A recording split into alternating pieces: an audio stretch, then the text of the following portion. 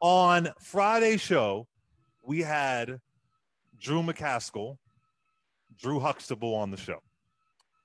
And we had a discussion about, he said that Joe Biden was going to raise taxes on the middle class. That is a Fox News talking point. So I said, wait a minute. Hold on a second. That's not true. It's 400,000 and above. And Drew McCaskill said, well, that is the middle class. Or maybe it's upper middle class. I'm going to have to, I mean, Biden's already said that like he's going to be taxing, middle class people a little bit higher. Well, air quotes, upper middle class people.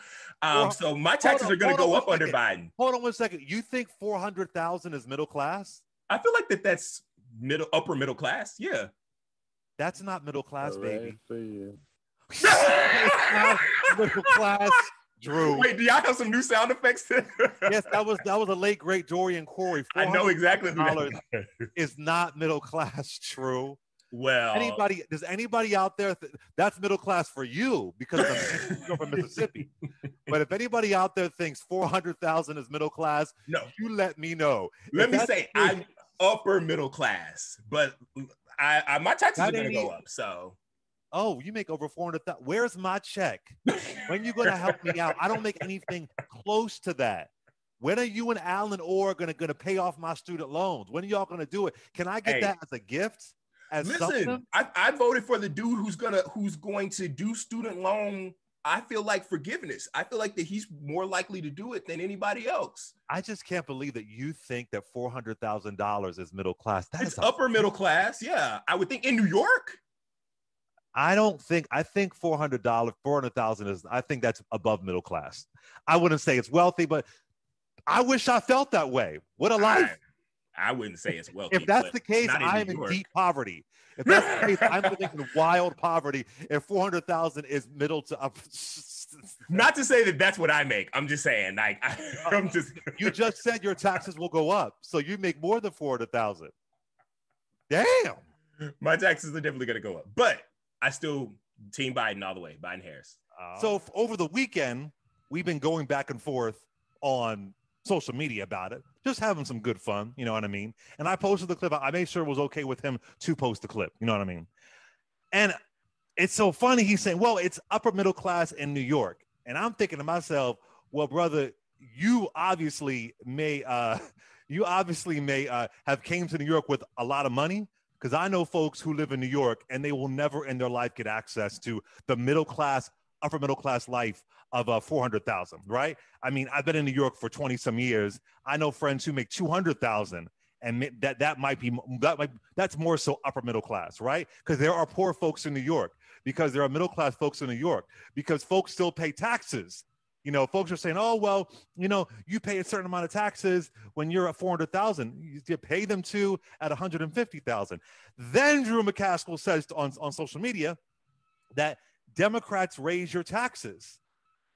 And I said, now I know he had a rich, privileged life living in a mansion in Mississippi, but I mean, come on now. I mean, think about Ronald Reagan's lie of his Reagan economics, trickle-down economics. Think about the way that Bush destroyed the economy. What do you think as somebody who, thankfully, which is a great thing, you came from a really well-off background with land and all that kind of stuff.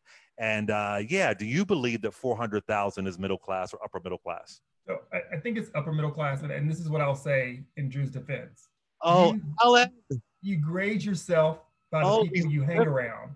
So if your friends are doctors and lawyers, that means you're living upper class.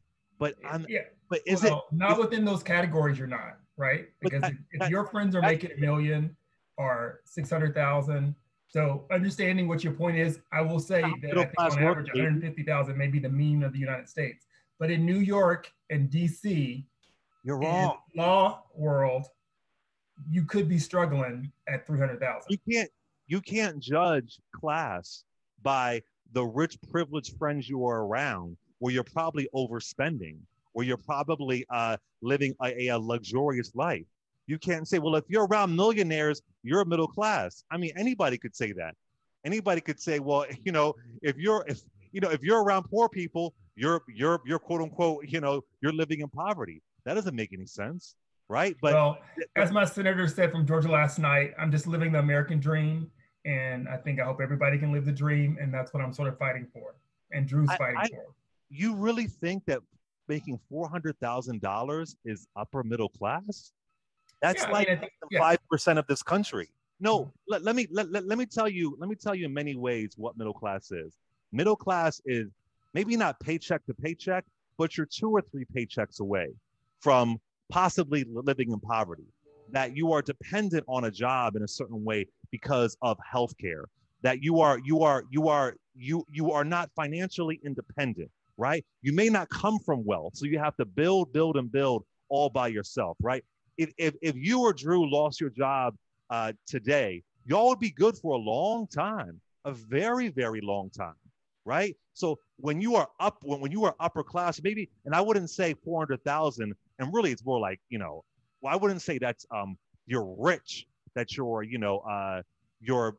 some wealthy millionaire, but you are certainly on the maybe the lower end of upper class, but you have serious stability. And if you're in a 2-person home, it's even more money.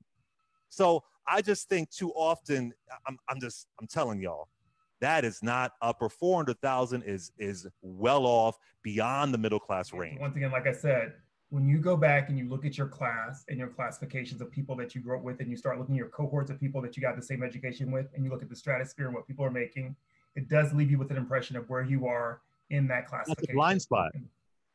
It could also be a blind spot, but it could be a reality for that person, right? Because I think it is a disservice to say to a lawyer, well, you're making more than people who are teaching school when everybody else who's a lawyer is making more than that. I've been through that experience as well. So why is that a disservice if it's a fact? What? Why is it a disservice if it's a fact? Lawyers should not be making more than teachers. Why is that a disservice if it's a fact? That's not a disservice. Well, I'm saying teachers should be making more. It shouldn't be that lawyers should be making less. I think this sum game zero is part of the problem of the conversation. And I don't think, once again, I didn't grow up really wealthy. I just didn't grow up needing things. And there's a difference between that. And I didn't say you grew up rich. I didn't say that, but you grew up well off. You did not middle class. And the concept that's okay. That's great. Huh? What? That's okay. That's great. Yeah, no, I don't feel bad about it. I'm very happy about the way I grew up, but I'm just sort of saying this sort of reality of class and structure is destructive in some way when you think about it, when you start saying, well, if someone can't feel as though they're not extremely wealthy because you think that they're wealthy when they're not, right? Because I think that's part of Trump's problem. People think that he's really wealthy, but he's not. No. Part of Trump's problem is that he's lying. Is that he acts like he's this billionaire. He actually doesn't have all these bankruptcies. And part of Trump's issue is that because that he is covered, he is protected. Again, capitalism, class, it's a big issue in this country. And we don't talk about poor folks enough. We don't talk about the way that poor folks are hurt and damaged and how it's really hard to ever get up that ladder when you come from zero, when you come from nothing. So I don't think it does any, it's no kind of disservice to acknowledge the facts. And I think we as Black folks, because I don't believe in that talented 10th bullshit. I don't believe in that Jack and Jill bullshit. But I thought you were going to say the opposite, Alan. I thought you were going to be like, that's crazy, considering you deal with immigration. But I think people are adding a value statement to my comment that I understand what Drew was saying without isolating Drew's comment. And I also understand what you're saying. I don't think there is a valuation or a value to someone based on how much money they make. That's not how I value people. So I think that's a different conversation. So a class stratification means nothing to me because for me, it's about what do you do and do you love what you're doing? There are a lot of people. Maybe a class stratification means nothing to you because you aren't affected by class in the same way. That would be like saying race means nothing to a white person. Maybe they could say that because they aren't affected by race in the same way. So maybe class does mean something to me. That's why you have to raise that minimum wage. That's why you should have Medicare for all. That's why I think people should have working class, but I'm just saying someone's value to me is not based in how much money they make. Well, I'm not saying their soul and who they are as a human being is based on how much money they make, but class stratification really does matter. It's like, that would be like saying race doesn't matter. It really does matter because this country is built on the bloody backs of capitalism. That's how it's built on exploitation. People are still being exploited. You got middle class folks paying more taxes than Amazon or Netflix, or middle class folks paying a disproportionate amount of taxes next to somebody who makes $400,000. Disproportionate. Yeah, I'm not saying that there are not inequities or there's a devaluation of equities. I'm just sort of saying, and nor am I devaluing someone who is working their hardest to make their ends meet or who are not making their ends meet. The conversation just is, when you ask someone what reality they're in, you deal with that reality that they come from, because that's the only one they know. And so the concept of the food lines and all those things that I have not experienced, I do have clients who have that experience, who need that experience. And I have friends and family members who might have had that experience, that I could recognize that experience for what it is. And I'm grateful that I didn't have that experience.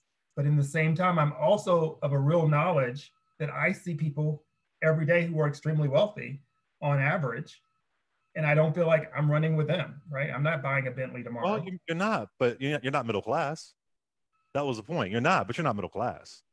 You're not, Barack Obama, but you're not middle class. And I think that's really important for us to realize when these taxes do go up, God willing, 400,000 and above, that it's not hurting the middle class. It will only help the middle class. Right. And I think Drew said it on the show, and everybody says all the time, tax us, tax. I think that part of it is related to self-value about these artificial lines of where the classes are and just someone's stratification. It's not artificial, Alan, baby. It's not artificial lines. It's real lines that people are affected by every single day.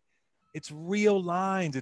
You're saying someone that makes so here's a good example. Someone who makes $17,000 a year in Georgia, in Valdosta, Georgia, where I'm from, if they moved to New York and they were still making $17,000 a year, are they still working class, or are they poor? First of all, if they're making $70,000 a year, they couldn't even move to New York. So if you're making $17,000 a year, there isn't even an option to move to New York. Let's say 30,000. Well, even 30,000, there isn't an option to move to New York, right? So I would say if somebody's making $60,000 or $50,000 a year in Georgia, for example, right? That's a lot for Georgia, by the way. And yeah, exactly. And they move to New York. It's going to be harder because the price of living is higher in New York. Now, I will say this. The price of living is higher in New York, but it depends on where you live in New York. Again, you ain't living on Fifth Avenue. This ain't Sex and the City. This ain't all those folks and friends, right? Now, if you live on the last stop on the A train, if you live in Flatbush, because plenty of immigrants migrate here to New York City, right? Also, in this city, you don't need a car, so that changes things a lot too. But whether or not it's New York or Georgia, whether it's New York, Georgia, or Cali, LA, DC, or Ketchum, Idaho, $400,000, which is where Joe Biden is going to tax people, is not middle class. If you have $400,000 a year in New York, you can live a nice life.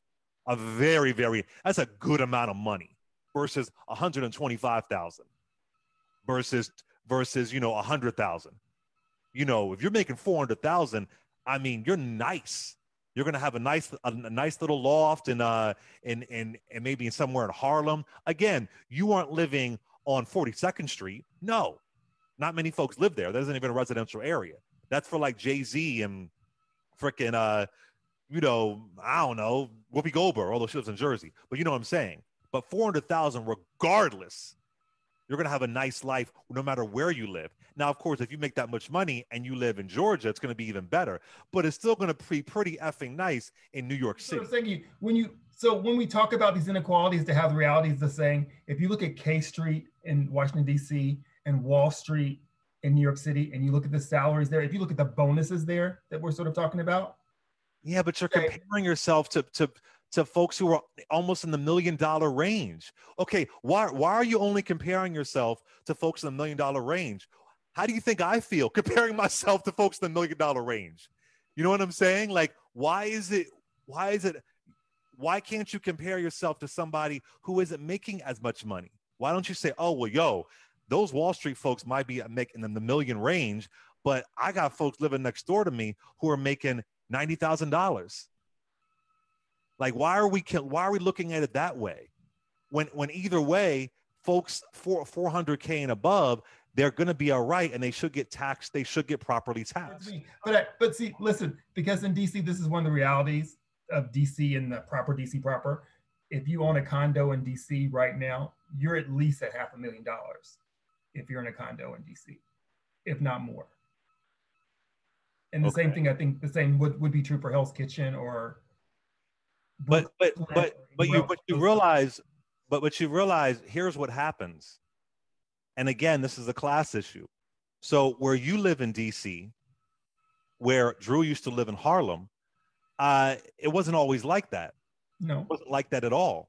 So you know what happens? Black or white, you got rich people or people who are not middle class, not upper middle class, moving in to DC or Harlem, and it pushes out people who were there before, because they didn't want to put an organic food market in Harlem when it was just folks who have been there for a long time who were trying to get by.